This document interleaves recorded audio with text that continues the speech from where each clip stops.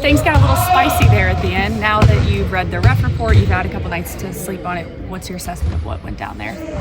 Just let my emotions get the best of me. We can keep it lighthearted, but in all seriousness, I got to be better than that. It was not my best moment or my proudest moment, but anything can happen when you're inside them lines, and I try to play my heart out every night, and sometimes your heart puts you in bad positions. So definitely was a little out of pocket for me there.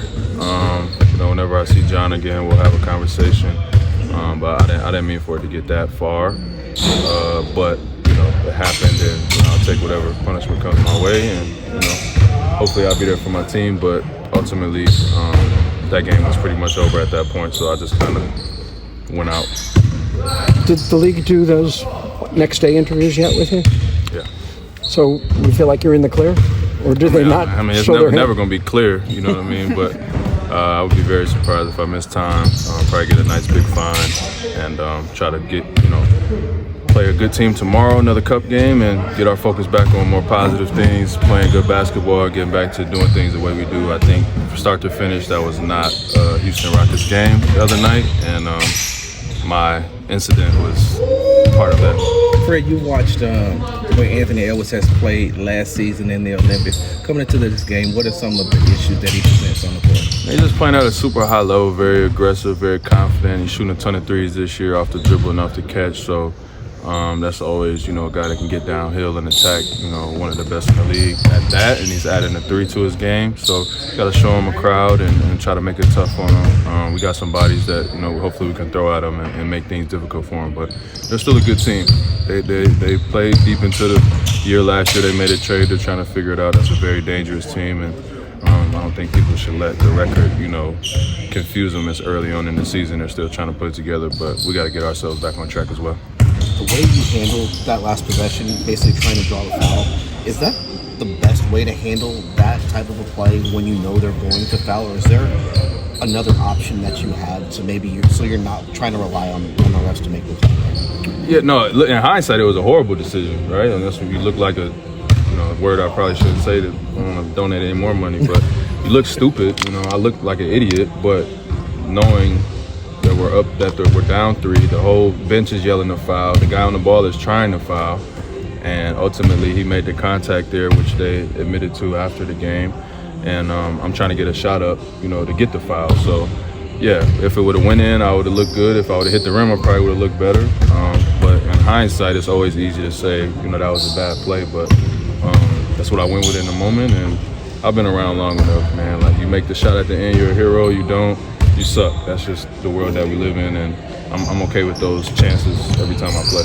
It's kind of a full circle way. You're always talking to the guys about when you make mistakes, own it, move on, accountability. How does this kind of play into that? Is that really, you are a mentor to these young guys? Yeah, for sure. When I'm wrong, I'm wrong. I don't never have a problem admitting that.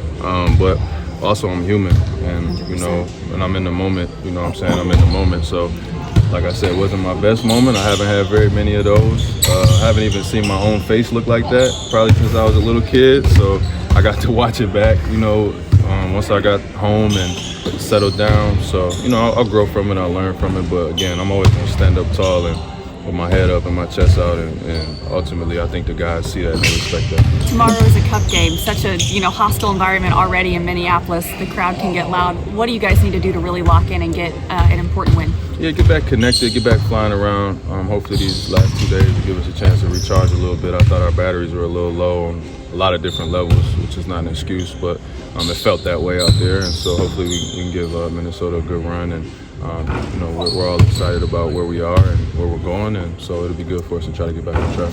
In general, when the NBA does last-minute 2-minute report, or in this case the last 2-minute report and the officials confirm that players were right at the time, is that more frustrating to hear the next day, or is there some vindication feeling? No, it's definitely not more frustrating. It would have been more frustrating to compound that with an explanation on why the foul wasn't called. So I think, they got it correct, that there was some contact there. I didn't understand the verbiage of there wouldn't have been shots, considering, it would have been two. I get it, but yeah, it's nice that there's some transparency there. Look, I'll say it again, the refs have been really good this year. I think that the demeanor and the conversation and the dialogue between the officials has been good.